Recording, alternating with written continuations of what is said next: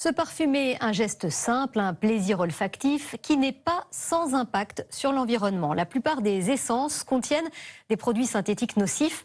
Alors peut-on sentir bon sans polluer la planète? Les nés de grandes maisons comme de marques artisanales y travaillent. Roman Ardois et Laura Cadeau. C'est dans la forêt de Rambouillet, aux portes de Paris, que la famille Guerlain est installée depuis des générations. Un laboratoire à ciel ouvert dans lequel elle travaille sur la naturalité de ses formules et guide les cultivateurs. Pour la vanille à Madagascar, pour l'ilang aux Comores, pour le vétiver en Inde. Voilà, vous voyez, on source dans le monde entier et d'aller implémenter ces nouvelles pratiques d'agriculture régénératrice, soutenable, agroforesterie, permaculture. Objectif, agir sur la qualité des filières de plantes à parfum à partir de ce terrain racheté par ce célèbre photographe très sensible à la nature.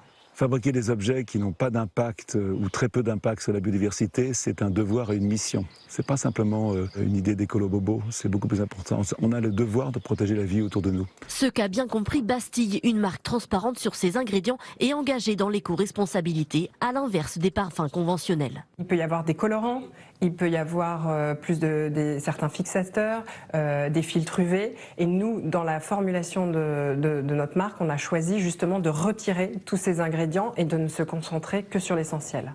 Leur dernière création s'appelle Rayon Vert et elle capture le printemps dans un flacon avec des notes de basilic, de fleurs d'immortelle. Et la fraîcheur des graines d'anis qui vous transporte dans une clairière ensoleillée. Désormais, les parfumeurs se tournent davantage vers le biodégradable et la chimie verte. À leur disposition, une palette d'environ 1200 matières premières naturelles et synthétiques. Ça peut être de l'huile essentielle de rose, de l'absolu de jasmin, des bois. Ensuite, il y a des parfums qui sont dits 95% naturels, où là, on va avoir une marge de manœuvre, où ça va nous permettre d'utiliser aussi des matières premières qui sont issues de la synthèse.